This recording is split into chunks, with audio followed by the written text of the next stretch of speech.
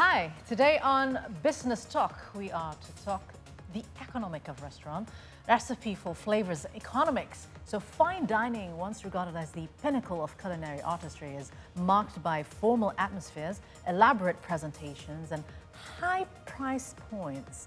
But the rise of fine casual dining in Indonesia and worldwide reflects a shift in the culinary landscape, merging quality with accessibility. Once ranked the best restaurant in the world, Noma in Copenhagen announced in January 2023 that it would be closing its doors at the end of 2024, reportedly due to tightening budgets to pay interns a living wage. A new wave of diners has emerged in the wake of fine dining restaurants closing for facing imminent closure, craving for a more accessible yet refined dining experience. Fine casual dining bridges this gap by offering high-quality dishes in a more relaxed and unpretentious setting. As the demand for casual dining grows, some Indonesian restaurants have followed this trend by introducing more casual dining concepts alongside their formal offerings. By 2023, according to the Central Bureau of Statistics data, the F&B industry was capable of achieving an annual growth of 800,000 billion rupiah, and currently the Ministry of Industry is working to promote the adoption of Industry 4.0 in the F&B industry by offering competency improvement training assistance to 200 companies and 300 human resources in the industry.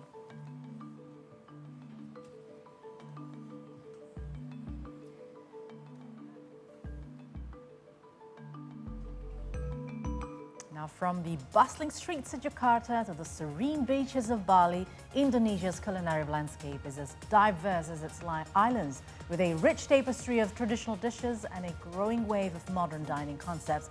The F&B sector is not just about food, it's about culture, community, and creativity.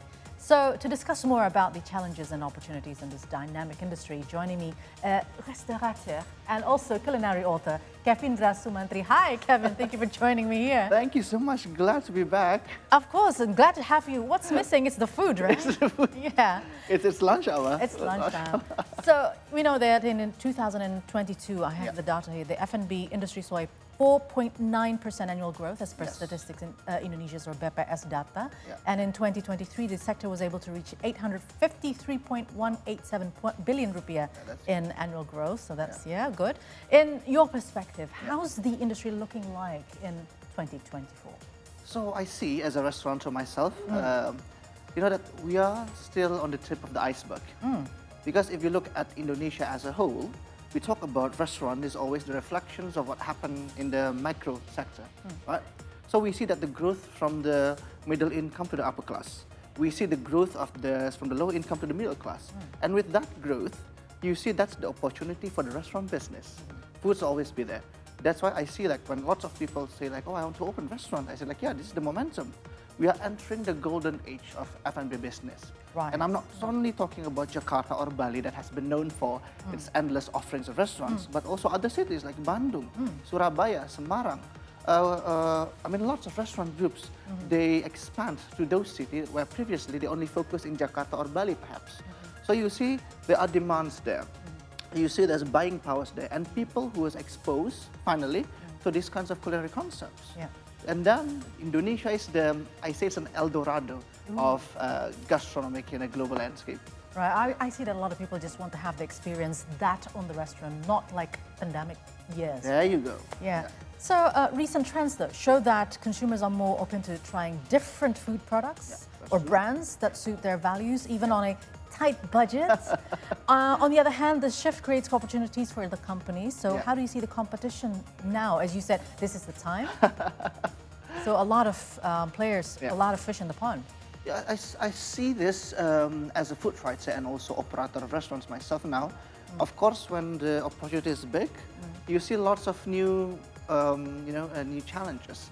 In the way where lots of players, lots of people now opening restaurants in the blink of an eye. Yeah. But I always believe in Indonesia we have lots of culinary inspirations, endless, and then not many people actually involved in delving all this, the cultural richness and translate that into business. For example, when it comes to Sumatra, you have endless of culinary concept in Sumatra, but few people, but mostly focus on Palembang or perhaps Padang food, right? How about Jambi food? How about Lampung food? How about Riau food? Those are untapped markets, right?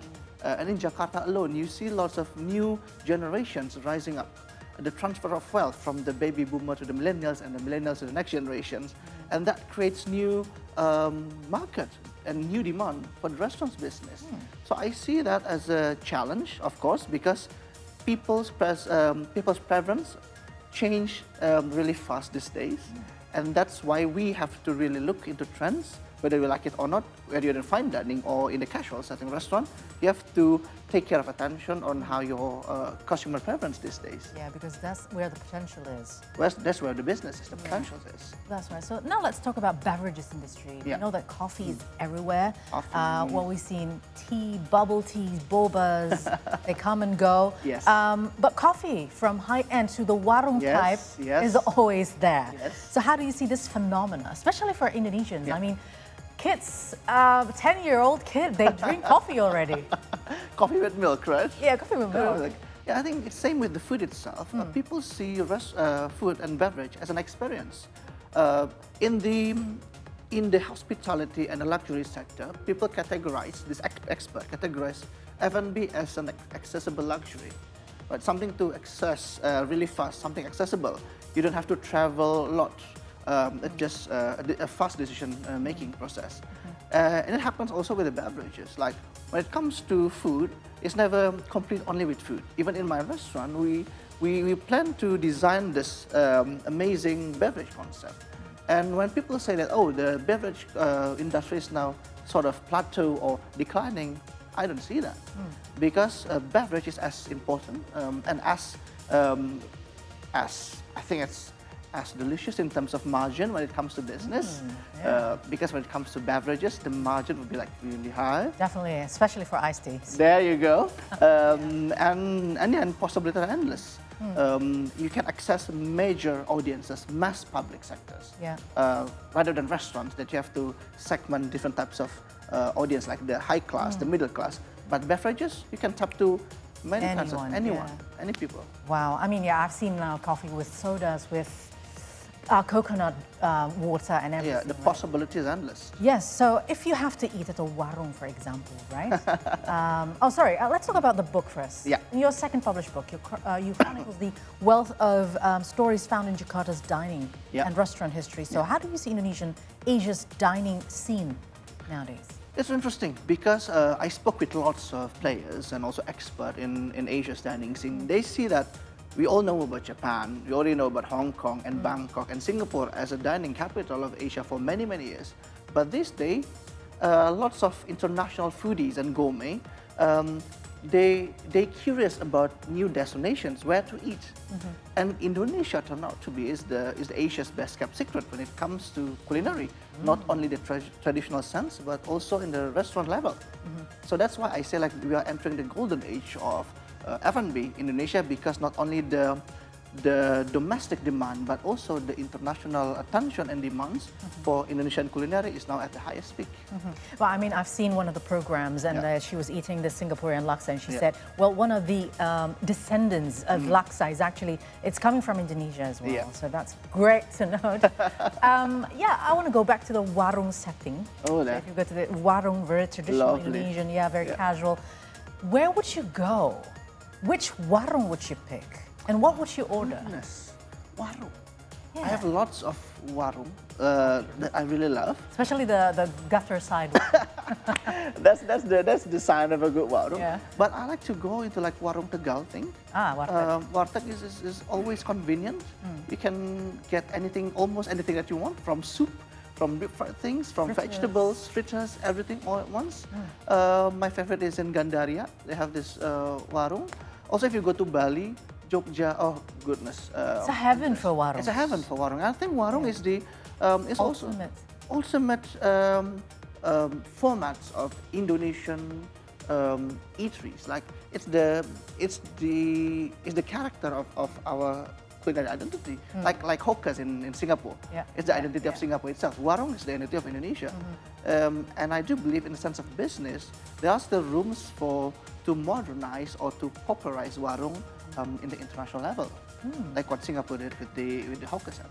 Yeah, that's why some of the F&B business player, when they open a branch in outer country, they put warung. There you go, warung kaki lima in New York, warung things in Singapore. Yeah. Okay, that's a good brand. Yeah. Well, thank you so much, Mas Kevin, for sharing with us in our business Thank you. talk. Glad Hope to be to here. talk to you again with food, please, next time. And a restaurant. And beverage. Restaurant. Yeah, I want to come to your restaurant, definitely.